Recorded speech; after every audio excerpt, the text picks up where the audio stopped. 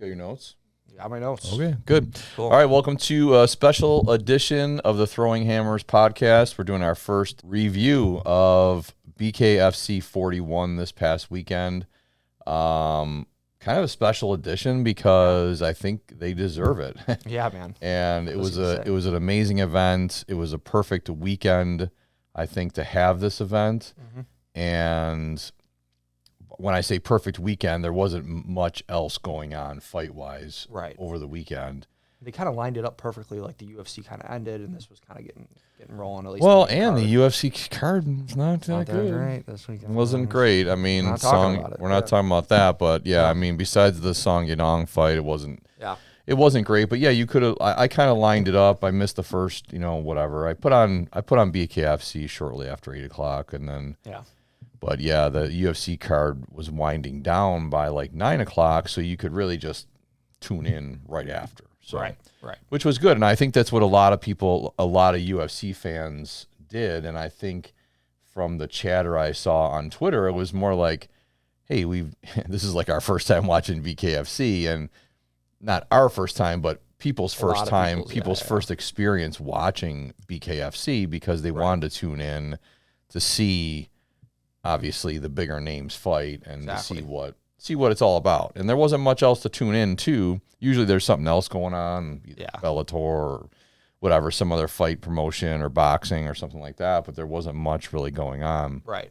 I mean, I think this really put them on the map as far as, the MMA community goes. I think David Feldman was, in one of the interviews, he was saying that, success doesn't happen overnight, but this was their big overnight success, was this event. Yeah, I heard him say, too, there was, whatever, I think he was walking out of the arena or something. They were doing a little video of him, and he's like, tonight's the night we graduated. It was like, So he knew that even before, he saw the feedback. I mean, that was just him walking out of the arena, but he knew. I mean, there was so many, and I think he deserves a lot of, like, I've been doing a lot of, not research, but just watching his interviews and trying to figure out, I've seen him before, and we've watched Bare Knuckle before. This isn't, it's not, by all means, we haven't watched nearly as much Bare Knuckle as we've watched UFC. But we actually had some conversations with Bare Knuckle over when we first started our podcast or whatever. We first started Five City. What was it, a year and a half ago? We didn't even have the Throwing Hammers account. It was just through the Five City main account that we started, and we started posting about Bare Knuckle, and they contacted us and seemed interested in, I don't know, maybe having us cover some events or whatever, but that never really went anywhere. But that was a year and a half ago when things were obviously a little different back then. And I think we're both in different places now. They were just kind of gaining traction, or didn't really have much traction. And then that really, I think it was just after that where the Triller buyout was announced and happened after that. But so whatever, we haven't talked to him since. But I mean, we've been watching here and there. I haven't been a consistent fan, but I mean, every now and then, if I see that it's on or if I notice that it's on, I'll definitely tune in. But this was an event that I really wanted to tune into this one because obviously, had some big names on the card. I mean, there's, if you count them out, there's, 5 pretty big name ex-UFC guys on the card. Right. And then 2 of them, Rothwell and Perry, are like in BKFC, multiple fights in BKFC under contract. So it's pretty cool. Yeah, and cool. Chad Mendez had one other fight in BKFC. I'm sorry, you're right. Yeah. Cool. Yeah, very cool. I think, like I said, this is definitely a turning point for them. Seems to be, Feldman was saying now they're the number 2 promotion behind the UFC. We'll see. But one thing I wanted to say before we get into everything is this brings kind of the shock value that I guess the UFC brings too, but it just takes it to a whole nother level when you're watching guys fight bare knuckle. It's pretty shocking, but it's pretty amazing to see. Yeah, and that's the thing that I look back at when I first started watching UFC, kind of how shocking it was, and I have kind of the same reaction to this. And Feldman put it perfectly. Like one interview I said, one interview I saw him do, it's like bare knuckle fighting isn't for every fighter, and it's not for every fan. Yeah, exactly. And he's absolutely right. it's a completely different sport. It's a completely different mindset in there. And it's definitely not for every fighter, you know, and I think we'll get into that a little more, but I think Luke Rockhold pretty much showed that you can't just walk into a bare knuckle match and, you know, some guys just aren't ready for it. He wasn't ready for it. Yeah, it definitely takes a certain type of fighter and, like you said, certain type of fan. But it's awesome. I mean, we're here for it for sure. Yeah, and fan wise, you know, it's the shock value. It's, you know, it's like every punch that lands does damage. Yeah, like significant damage. Right. I mean, how many fights was the guy? One of the guys, at least one of the guys, was cut up badly after the first round, after the first 2 minutes. Right after the first punch, you see it almost like I think it was the girl. We're not going to talk about the girls really that fought. We don't really know them, but it was a championship fight between, let's see, Beck Rawlings and I forgot the first name. I'm going to screw this up, but anyways, Ferreira, who is the champion, that happened. This was the championship fight, and I think it was this fight after the first 10 seconds, there was a cut. It was like punch landed, cut, you know. Right. So, you know, whatever. It's just, I think it's different than boxing. It's different than UFC, obviously. Yeah. Well, I think that's where they're kind of finding their niche in this whole thing is like, it's not exactly boxing, but it's definitely not the UFC. It's not just standard MMA like a lot of these other competing promotions are doing. You know, people switch it up by doing different disciplines on the same card and things like that, but this is totally different. And I think this, you know, it's going to play in their favor is what I'm trying to say. Yeah, for sure. I think it's different, you know, and I think everybody that is watching it is just kind of learning the rules too, where you can punch in the clinch and you can do certain things where boxing, you're not allowed to do that. You're not allowed to hit, you know, in the clinch or whatever, but there's a lot more leeway given to fighters that, you know, get in the clinch and work up close and do that before they're actually broken up. Right. The rules seem to be tweaked a little. They break it up, but they're like, they let them get a few shots in, or it seemed like, yeah, for sure. Yeah, and it's a tough sport, and I think that's what we're all realizing is that, you know, after watching it, and I mean, I got to be honest, it's like I don't watch it a lot because I'm still in that shock factor. I'm like, this is like almost too much for me to watch. You know what I mean? And I like it. I whatever. I think it's great, and I really want to give really awesome, you know, props to David Feldman. I just think the guy is doing all the right things. You know, he's all about the fighters. He's, you know, paying the fighters, you know, more than they were contracted, right? He made we don't know really what they're making, but he made a comment, I think it was on Ariel's show, about how Mike Perry's contract, he's already made 60% more than he was supposed to make throughout his contract right now. Right. I don't think not the whole contract, but say he's like up until this in point. year 2 or whatever, he's whatever contract it is, but he's like, we've paid him 60% more than he was supposed to really make, but he's also given us 60% more than we expected. Right. And as far as, you know, I think Mike Perry now is really the face of BKFC. Yeah. And I think what he means by that is, you know, he's given them the amount of attention or been a big part of their attention factor. Right. Drawing attention to them. Definitely. I mean, we'll get into it when we talk about the fight, but he was the one who brought Conor in the ring, and he's, you know. Right, and look, that's the whole thing, too, about this that just came out, or I don't know, I guess it came out before the fight, but I didn't hear it until after the fight, that he mortgaged 2 of his houses just to put this event on. Literally bet the house. And it was really like a thing where he, you know, Ariel asked him about that, and he didn't really get into it, but he said, I did what I needed to do to put the promotion on. And I was really struck by that. It was just an amazing thing to see a guy go all in on what he believes in. Yeah. And, you know, what he knew was going to happen. I think he said something like he called his wife after and was like, we're keeping the house. We can go back to our house. Yeah. It's amazing, though, because it's literally a saying that people, bet the house. He literally bet the house on this card. Yeah. Specifically, not even the whole promotion, but this card being a success. And couldn't have worked out better. I love a story like that, seriously. Man.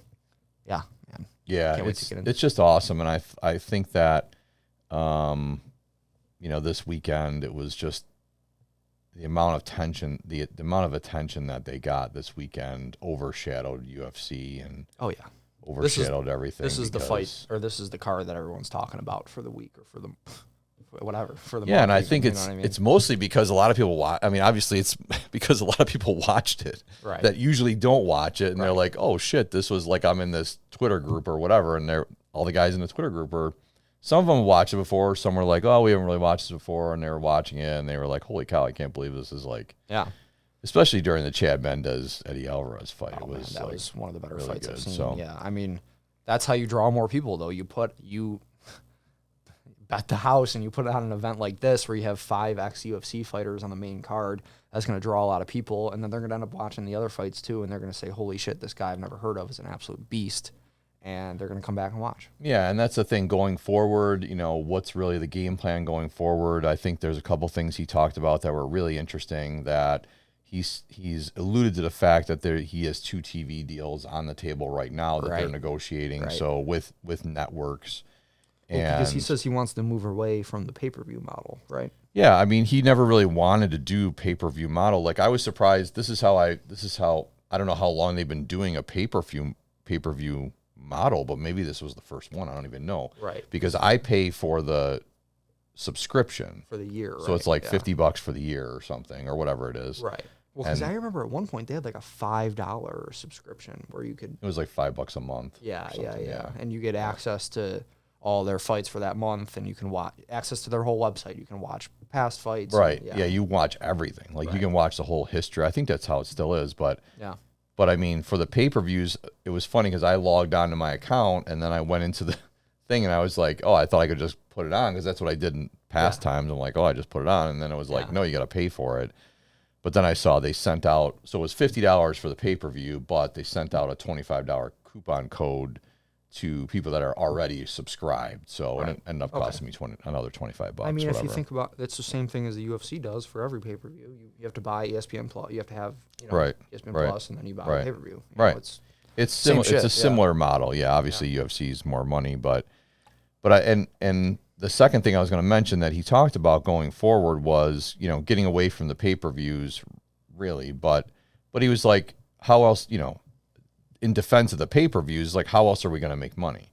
Right. How else are we going to, we have to do that in order to make some money. So it's very valid. Yeah. And that's what everybody does anyway. You know what I mean? But I think the game plan going forward is more of a, Ariel, I think, asked him straight out. It's like, okay, well, what's the plan going forward? You're going to have these big events, or so he's planning on like 4 bigger events per year, basically. Okay. Yeah. So similar to UFC model. I mean, I think the UFC was kind of like that when years ago there wasn't a pay-per-view every month. I was going to say, since maybe COVID or a little bit before, like, the UFC has really ramped up the amount of events that they have. So it's hard to expect any other promotion to be able to put on consistently, Right. Let's be honest. It's super difficult, and hats off to the UFC for putting an event on almost every week. Yeah, that's difficult. And you have to have the roster to be able to do that too. You have to have 500 plus fighters that are ready to go, and this and that. That just comes with time, I think. Yeah. So going forward, that's really going to be the kind of the game plan of his going forward is going to be 4 bigger events, then mixed in with some regular events that are happening in between and things like that. And that's really going to be the key to his success, I think. It's like, how many of these bigger, with the bigger events, how many bigger fighters is he really going to draw to those events? Yeah. What names are going to come over next? Right. Are we going to see Donald Cerrone? Are we ever going to see Justin Gaethje? Are we ever going to see? Dude, I think Gaethje's going to do this for sure. Yeah, I don't know. I don't know. I have a differing it does and it doesn't to me. I feel like I have a differing opinion on that. I think Gaethje, after he's done with UFC, I think he's going to be done. Yeah. I think he recognizes the amount of damage that he's already taken. Right. And I think he's, like I said, he's making one more run at it, and then I think he's done. But he was there. Him, Usman, he was there. Whitman were there. Yeah. A lot of big names there, and that's the thing too. That Feldman went into about Conor. It wasn't really pre-planned. They didn't pay for him to be there. Right. It wasn't a thing where that was set up. He found out. I think he found out a couple days before from a mutual connection that Conor had interest in coming. And then he said it wasn't until that morning of the event that it was confirmed that he knew that Conor was going to be there. Right. Yeah, I remember him saying that, he flew in from California, they picked him up and they brought him in, and it was just couldn't have worked out better. Yeah. And he had no idea what extent was going to happen and what interaction. He thought he was just going to show up, be there, walk in, get the crowd going. No idea he was going to actually go in the ring, square off with Mike Perry, yelling, do a little shit talking, kind of for the show. Right. And whatever, it is what it is. It was a huge thing for Feldman to have that happen. Yeah. And are we ever going to see Conor do it? Who knows? But it doesn't really matter at this point. No, at this point, it was just about him showing up and people paying attention to that one moment. Right. It's like, holy cow, Conor's in the BKFC ring. Conor's in the fucking ring, and with the BKFC belt on. And Dana's there throwing shit against the wall. And Dana is pissed. Conor talking about how bare knuckle is the greatest sport in the world. I mean, like you said, it couldn't have worked out any better for BKFC and for Feldman, and I can't even imagine what he was feeling during that. He's standing behind Perry and Conor, and the guy in the ring, the interviewer, was doing a really good job. He's like keeping them there. Like Perry started walking away for a second. He's like, Mike, stay here, whatever. Yeah. They were all doing a really good job, including Mike Perry, of like Mike Perry got Conor in the octagon. He's like, can I get a square off with Conor right now? And Conor stands up and he's like, all right, let's do it. And they were all just doing a really good job of like taking advantage of that moment, I think. I thought it was, and I think we got to talk about the production value too of I think it's, obviously maybe it's not up to UFC standard, whatever, but it's pretty good. It's there. I mean, it's the production team that they have in place does a really, really good job. And I know I keep mentioning the Ariel interview, but he said something super funny about when he had Feldman on, and I felt the exact same way. It was like, they kind of keep the fights rolling. Like there was one fight,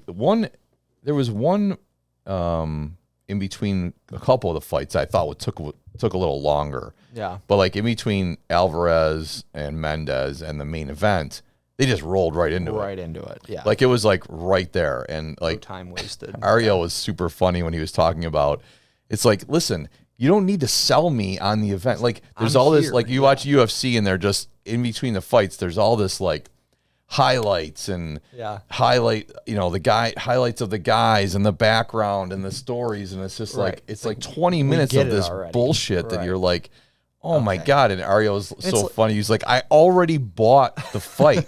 You don't have to sell it to me. Like I'm here and I'm gonna watch. Right, exactly. UFC does that a lot where they will, they'll have these promos that they run, and then they run them in between the fights, and like a lot of the time it's a promo that we've maybe already seen because just telling the same story. I get it when you have like an Izzy versus Pereira type of thing. You want to build it up like that. Right. And I thought too, like when they rolled right into it, I was like, oh great, because it was like 10 to 12 maybe or something, and I was like, oh, this is going to be great because I can get to bed by 12:30 or so, and it's not going to be a 1:30, 2 o'clock show like UFC is usually. Right. Well, that's what a promotion or a person like Feldman can do, or a promotion like BKFC, is they can pick out things that the UFC doesn't necessarily do great.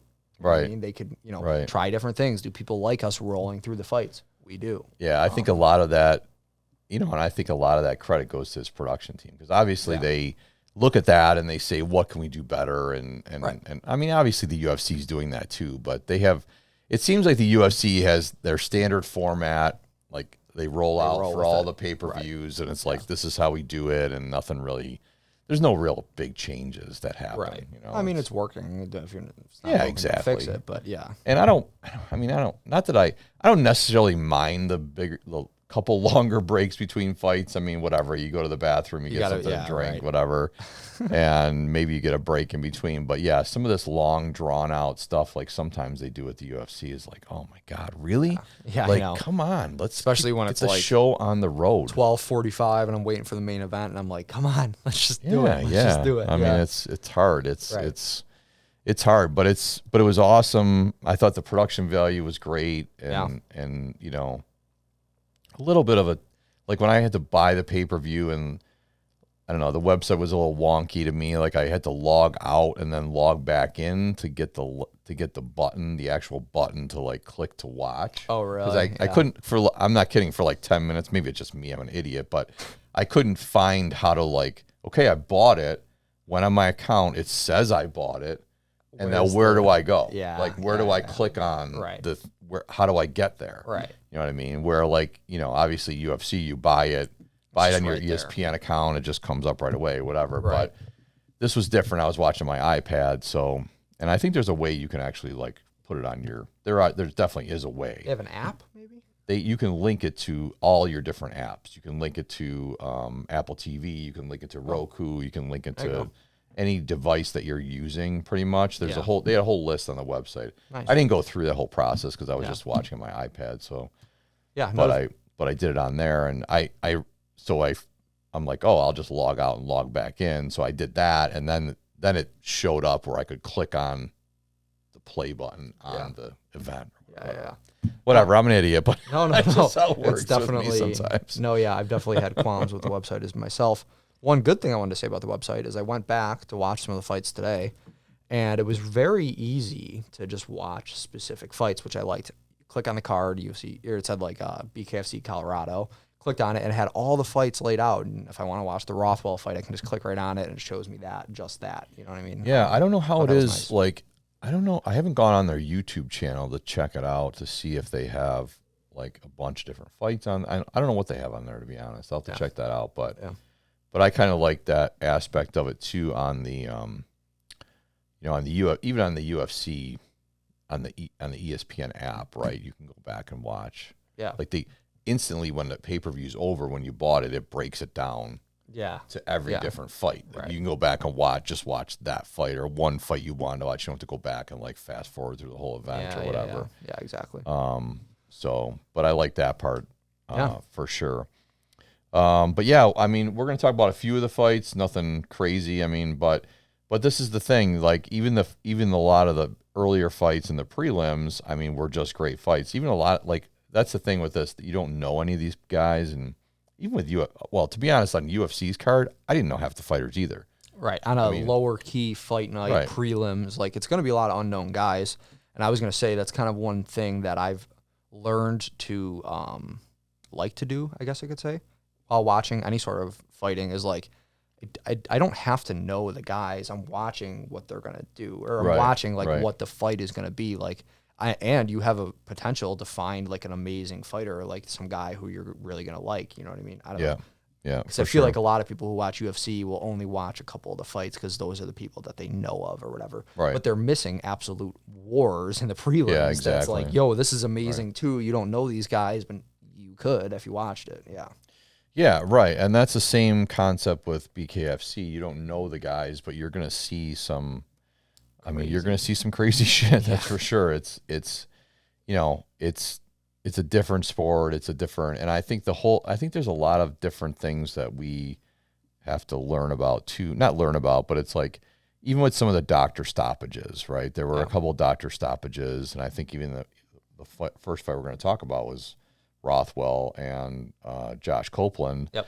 And that ended up being a doctor stoppage. Yeah. I believe didn't Copeland's corner throw in the towel? Oh, did it? I don't know. Oh, maybe I'm confusing it. That was one of the ones I rewatched this morning. Okay. So it's a little fresh. Oh, okay. Well, yeah, I think you're right. That is what happened. I'm thinking of another one where people were kind of complaining online that somebody had a cut over their eyebrow, whatever. Well, I was going to say that does happen a lot where there's a doctor stoppage, and then it's always contested because the fighter always wants to fight, and this and that. And it's disappointing when that happens, I guess. But you're really I think there's a whole different level of violence in this sport, and I think the cuts are bigger, and I think there's much more risk of, infection. And I'm not a doctor, you're getting hit with. But I mean, some of the cuts I've seen are pretty wide open, deep, and whatever, so. Yeah, I mean, that's the thing is, we're not doctors, we're not fighters either, but feel like part of the fans probably have to respect like what the doctor thinks as far as like, okay, this looks pretty bad, but maybe it's not horrible right now, but in this next round, it's going to get really bad. You know what I mean? Yeah, exactly. And that's the whole thing. I think that it's all about understanding the sport a little better. And I think it's about understanding, just like UFC, it's about understanding, okay, why'd the ref stop it? You know, there's going to be always fights where you blame the ref for early stoppages, but you know, the referee is really in there to protect a fighter. So, you know, of course, there's always going to be a judgment on the referees for stopping it early or whatever, or maybe not stopping it soon enough sometimes, you know, but yeah, they have a split-second window where they have to make a decision whether to end the fight or not. It's a tough job. But yeah, sure. I think like going into it, like Ben Rothwell, you know, from my you know, memory of this fight, it seemed like Josh Copeland kind of won the first round. I mean, split him open right away. Yeah. Rothwell had a big cut under his eye, and then, but after that, I mean, like I said, there's some guys that are just like built for this, and Ben Rothwell is one of those guys. He's built for it for sure. Yeah, I mean, there's some guys that just walk through punches and it doesn't matter, and they just get hit and it doesn't matter to them, you know. And he walks right through it, and he had the better of the next number of rounds. And how many rounds did it go? 4 rounds? They threw in the towel after the third. But speaking of taking damage right away, Rothwell, like, I mean, I believe it was within the first 30 seconds, he was bleeding over his right eye. Yeah, I mean, his right eye was like pretty closed up. Yeah. So it's definitely going back to like what you said. This is definitely not for everybody. People like Luke Rockhold is probably not expecting to take crazy damage right away. Like, that's not what the UFC is. The UFC is a lot of, you know, early leg kicks, feeling it out. Even if you take a big punch, it's not like you have a huge cut over your eye or anything. Well, and that's the thing with this sport. It's all punching. Right. You know, there's no leg kicks, there's no takedowns, there's no like. There's really nothing else. There's no elbows. There's no, you know, it's all punching. So yeah, you get hit, and it's kind of, I think, you know, we can talk about Rockhold later, but it was definitely a shock to him. Yeah. It was a shock to his system to get punched like that and feel like, oh God, this is ridiculous. You know? Yeah, for sure. I mean, I think Copeland had the first round getting back to this fight. I think he definitely had the first round, but then after that it was all Rothwell. He knocked him down in the second. And then I had it 1-1, obviously, and then there was a one point in the third round. They were in the clinch, going back to like knowing the rules, they can punch in the clinch. Copeland was taking huge body shots just over and over and over again. I was like, oh my God, dude. Yeah, so I don't know. And then, like we said, after the third round, they were. Yeah, I remember that Rothwell would just hit him in the ribs like 5 times in a row. I was like, he definitely broke at least one rib. Yeah. That's tough to watch, but like I said, you know, Ben Rothwell is one of those guys. I think that's, you know, built for this, and definitely, you know, good victory by him. He called out I forgot who the heavyweight champion is, but called him out right after the guy was there, and you know, wants to fight for the championship. So hopefully we get to see that. I think that's going to be a good fight. Rothwell is definitely, like I said, he's built for this, and for you know, I think he's like 41 years old, so obviously he doesn't have a lot of time left in this. He'll get that belt. So definitely, it'd be good for him. So all right, good. So let's move on to Eddie Alvarez and Chad Mendes. I mean, these guys from the weigh-ins, I thought, holy cow, these guys look ripped. Fucking ripped. I mean, they are both looking amazing shape. Yeah. And you know, and I thought they put on, you know, what I thought was the fight of the night. For sure. I mean, definitely. One thing I did want to say before we get fully into this next fight, and I probably should have said it earlier when we were doing the whole intro, but the 5 2-minute rounds is awesome. Yeah. It's a lot, in my opinion, it's a lot better for viewing pleasure. I get it. It's all stand up too, so that's better. Yeah. But having it, I don't know. I like it a lot. But we can get into this. And I think a lot of that 2-minute round, like I'm trying to figure out in my head, like, why 2-minute rounds, right? Yeah.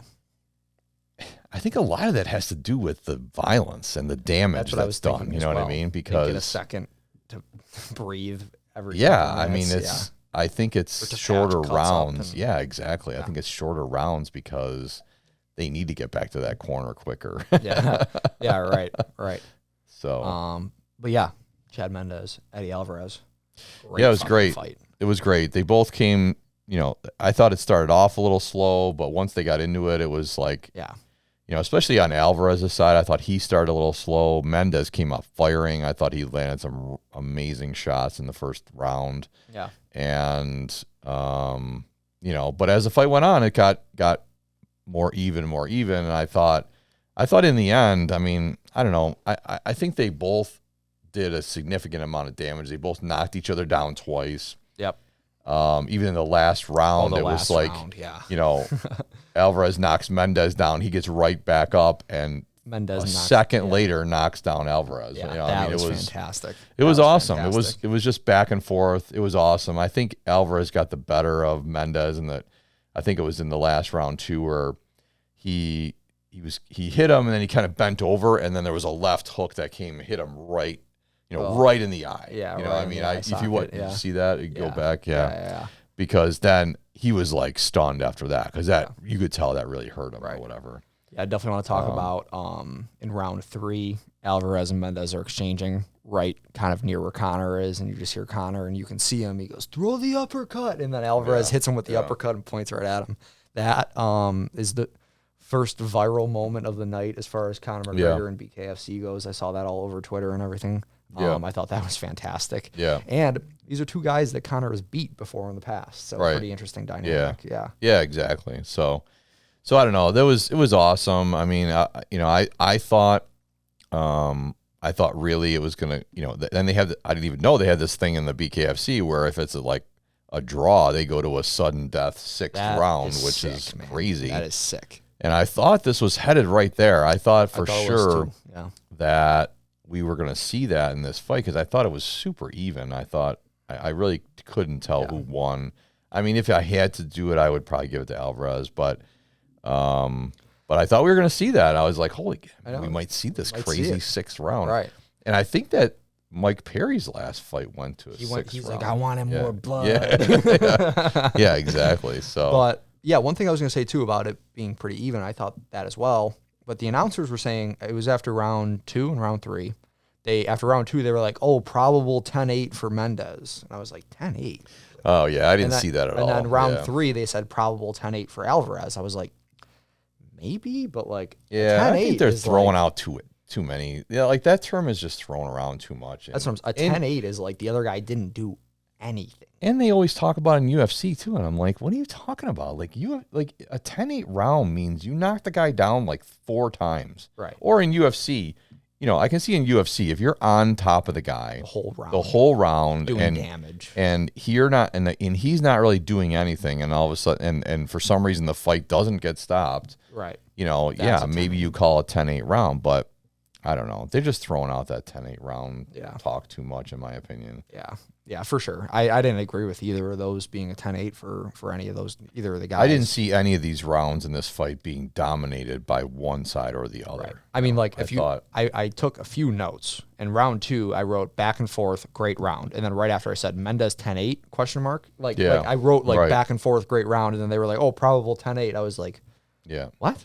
I was like, I don't know. Yeah. It was a little weird. But, man, this was a great fight. Definitely fight of the night, in my opinion. One of the better fights I've seen this year. Well, it's one of the better fights we've seen, in any combat sport. I was gonna say it was a banger. I mean, these guys look huge, ripped out of their mind, way bigger than they were in the UFC. Very cool. I mean, it's kind of not talk about UFC, but it's kind of what I'm expecting this weekend from Drew Dober and Matt Frivola. Yes, the steamroller, baby.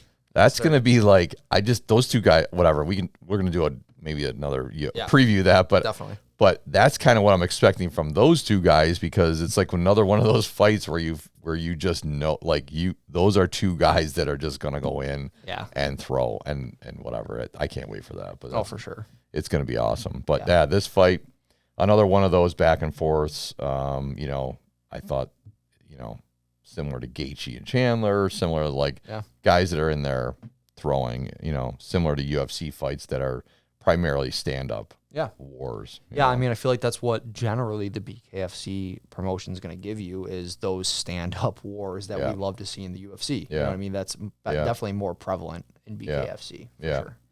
All right, anything else on that? No, fight of the night. You got a lot of notes there. I know. Let's fire them up. I actually do have one more thing. going back to David Feldman being an awesome person, he's walking in the ring, looking at these guys saying, seriously, thank you. Yeah. Like, I don't know. Maybe I'm sure Dana White thanks the fighters. I'm sure he does all of that. But like he's like, seriously, thank you guys for this. Like, you know what I mean? I thought that was awesome to see. Yeah, he just seems like a genuine. Well, I don't even know him, so maybe he's a bad person too. But he just seems like a genuinely nice guy, and I feel good for him because he's put a lot of work into this, and it's been a lot of, people don't realize like building anything takes a lot of work, but this especially getting approved in different states. Getting people to come around to, this is what we're doing, and how can I explain it not to scare the shit out of you? Well, right, exactly. Something like this, like bare knuckle boxing. Are you fucking kidding me? That's probably what everyone said at first. Right, exactly. So, or like, you're out of your mind thinking this would be a great thing, but obviously it is. But well, like you said, it's for him thanking the guys, and he's all, he seems all about the fighters and taking care of the fighters, and he said after the thing too.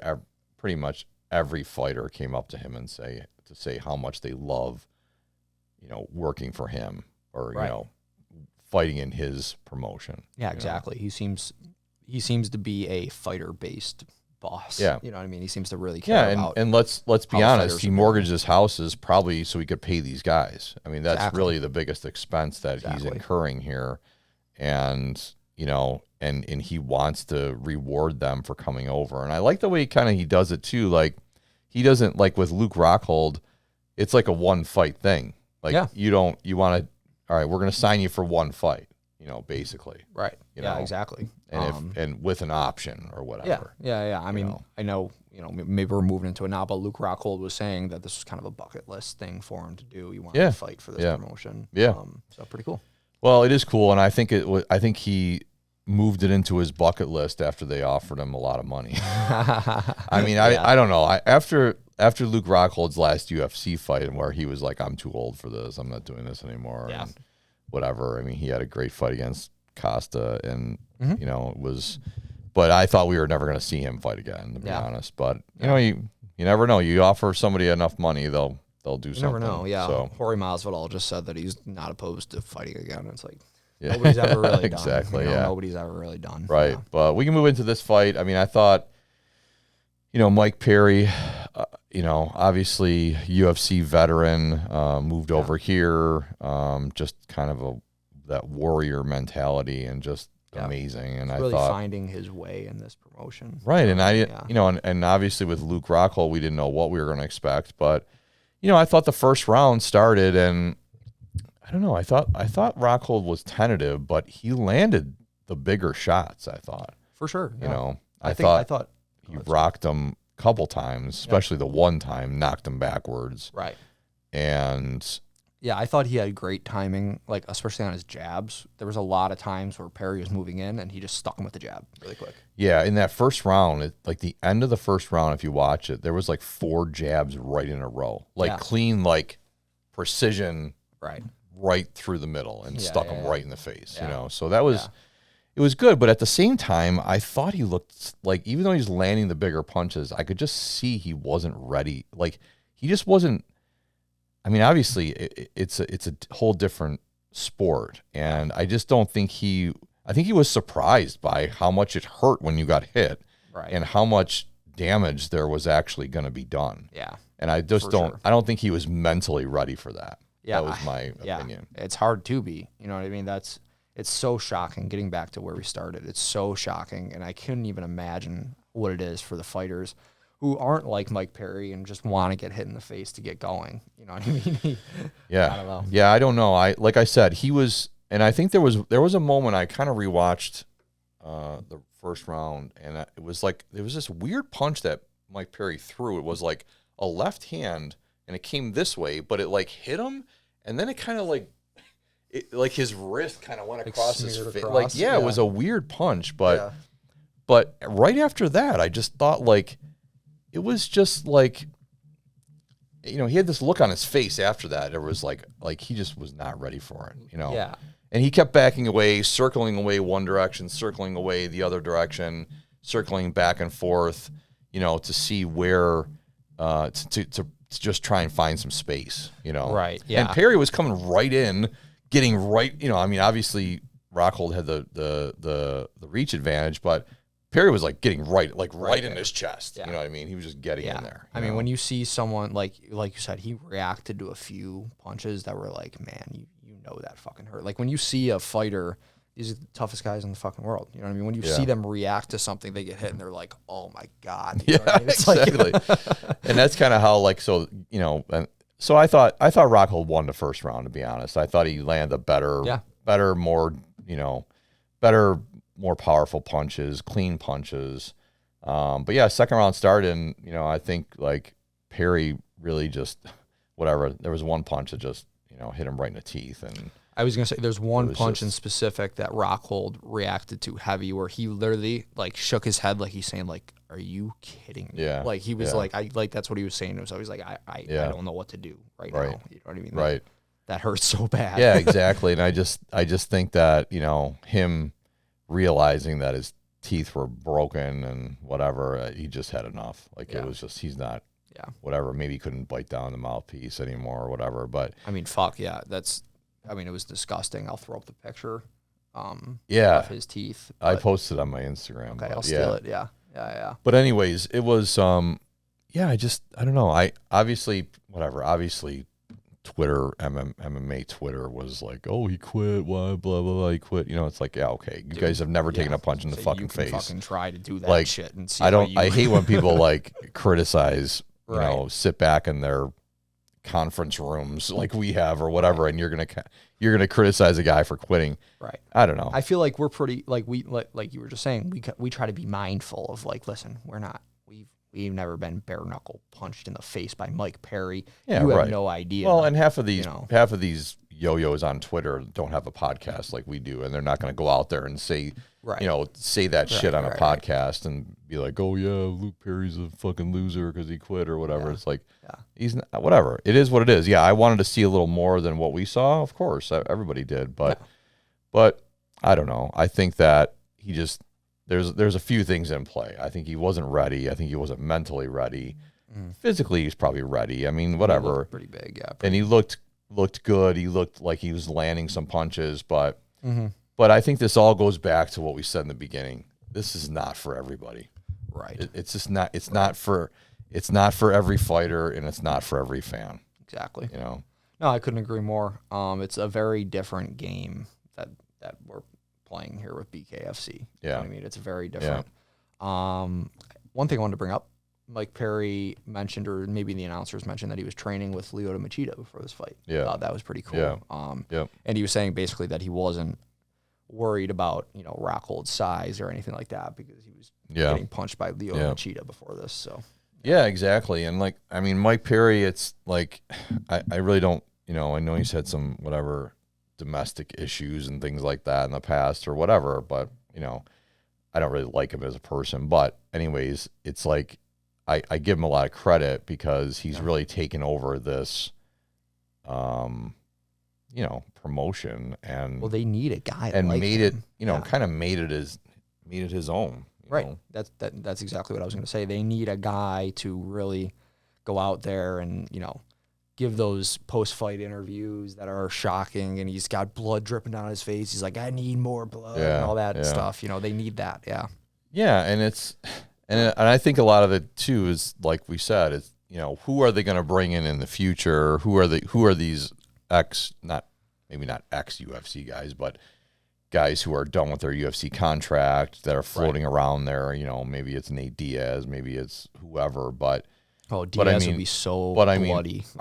Yeah, exactly. I don't think he could ever do this. I don't want to see him do that. I really don't. Yeah. But I think that, that's going to have a lot to do with, is he really going to be able to put on 4 big events in the next year or whatever? Like, who are you bringing in? And let's be honest, Luke Rockhold, Eddie Alvarez, Chad Mendez, and Ben Rothwell aren't the biggest names. No, definitely not. And this, and that being said, this was the biggest. This is the biggest event that they've ever seen. Right. So just imagine if he brings in people that are bigger than that. Masvidal or something. I mean, right. Like, who's kicking around there that he could bring in that are even bigger names than this. Right. And I think that's going to have to be their play for a while, is getting bigger name guys to then come and fight on one fight contracts here. But then while they're doing that, they could also build up their own fighters. You know what I mean? And build up the guys who are moving up the ranks and try to get them more popularity. Right. And that's exactly what's going to happen. But based off this event, it's like people are going to tune into the next event maybe. Like, okay, the next event is May 12th in South Carolina.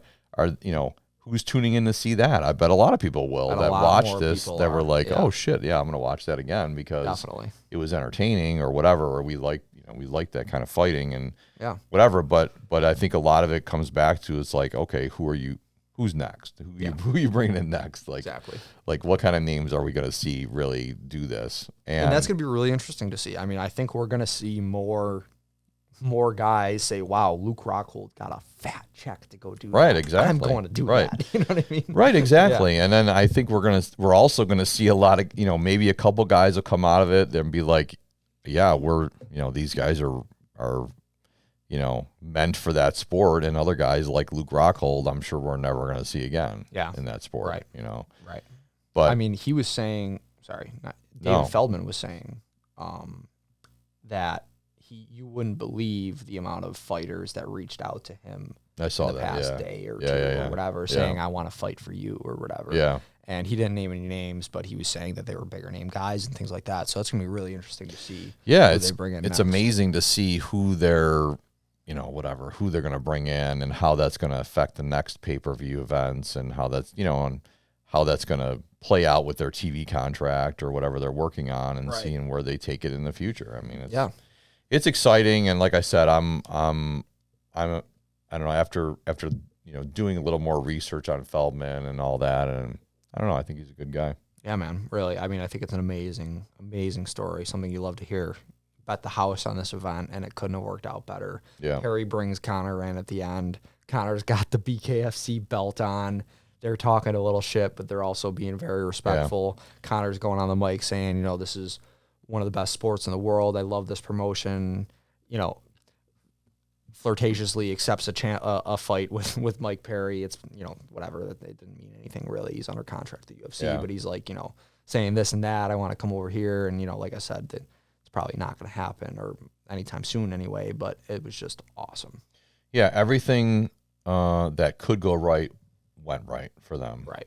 100%. For sure. Yeah. And, without Conor, it would have even been awesome. But Conor really put the virality on it of people sharing it on social media. And, oh, my God, Conor's in the ring. Oh, my God, Conor has some other belt on. And what the fuck is going on? I couldn't believe.